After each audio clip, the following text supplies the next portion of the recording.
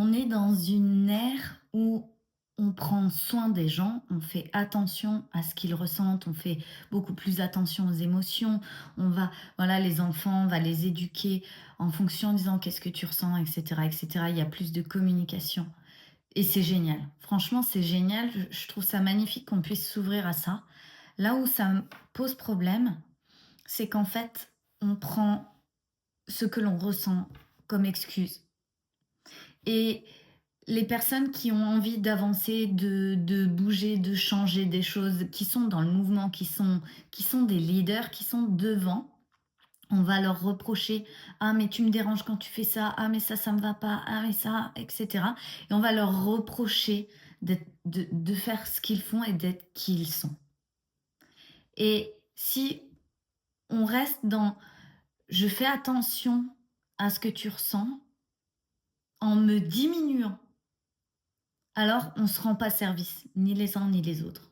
On se rend pas service. Si tu es en train de te diminuer pour pas faire de mal, tu te rends pas service et tu rends pas service à l'autre.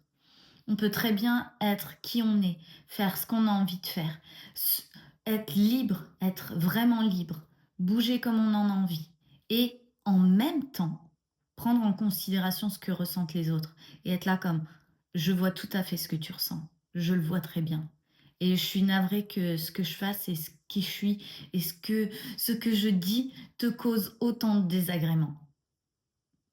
Et est-ce que on grandirait pas ensemble? Est-ce que tu aurais pas envie de changer ce que tu ressens?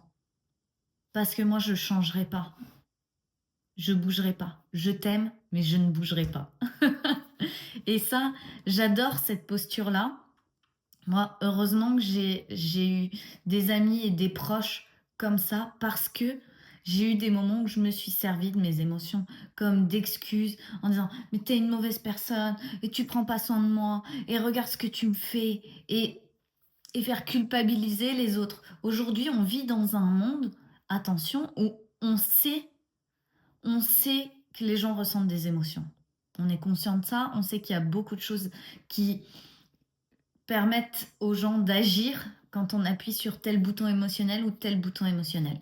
Et aujourd'hui, on est dans un monde qui manipule vos émotions. Donc tu peux plus te permettre d'être une personne qui se laisse manipuler.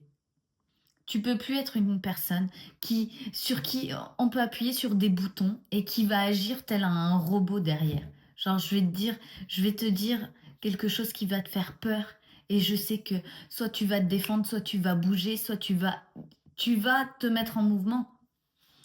Peut-être que tu es quelqu'un qui fait rien depuis des années et je me dis: «OK, ben, je comprends que si je veux faire bouger cette personne, bim, je vais appuyer sur la peur». Et maintenant, c'est comme ça qu'on voit des marques et du commerce sur je te fais peur ou alors je te fais culpabiliser. Ah bah oui, hein, si tu n'achètes pas ma formation, c'est que tu veux pas vraiment avancer, c'est que tu veux pas vraiment grandir, c'est que tu veux pas vraiment apprendre, c'est que t'es pas une bonne personne. On vient vous appuyer sur vos boutons émotionnels.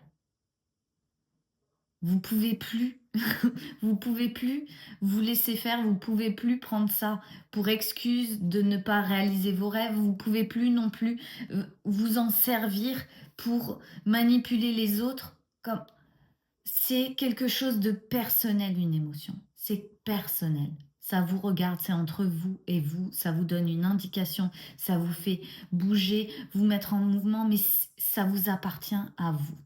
Et je trouve ça magnifique qu'on ait pu commencer à libérer la parole sur ce qu'on ressent et commencer à parler de ce qui se passe pour nous et qu'on l'utilise pour communiquer, pour échanger, pour se comprendre, pour voir plein de choses. C'est absolument magique et magnifique. Mais en faisant ça, on a déclenché aussi le truc de les personnes qui s'en servent pour faire culpabiliser des autres ou les personnes qui s'en servent pour se faire aider et des personnes on s'en sert sur les autres en fait, alors que c'est un outil personnel. C'est pour toi. Et quand quelqu'un te dit je ressens ça, nanana, quand tu fais ça, je ressens ça, et quand tu fais ci, je ressens ça. Je vais pas me diminuer. parce que c'est son outil personnel qui est en train de lui donner des infos. Et je vais lui dire, je suis, je suis avec toi. Je suis là, je suis avec toi. Je sais ce que ça fait. Et viens, on grandit. Viens, tu vas plus jamais ressentir ça quand quelqu'un d'autre fera, fera ce qui te dérange. Viens, on grandit là-dessus. Et moi, je suis tellement fière de moi quand je vois aujourd'hui, je me prends des phrases, des réflexions, il y a des choses qui se passent, mais il y a 3 ans, 4 ans, je me serais effondrée au sol, je me serais pas relevée avant des semaines, voire même des mois, j'aurais rabâché dans ma tête, j'aurais dit: «Ah ouais, mais tu te rends compte, mais il a fait ça, mais il m'a dit ça, mais c'est horrible, mais ça se fait pas et de la part de ce genre de personne, mais là là là». J'aurais mis ça au cœur de ma vie pendant 107 ans.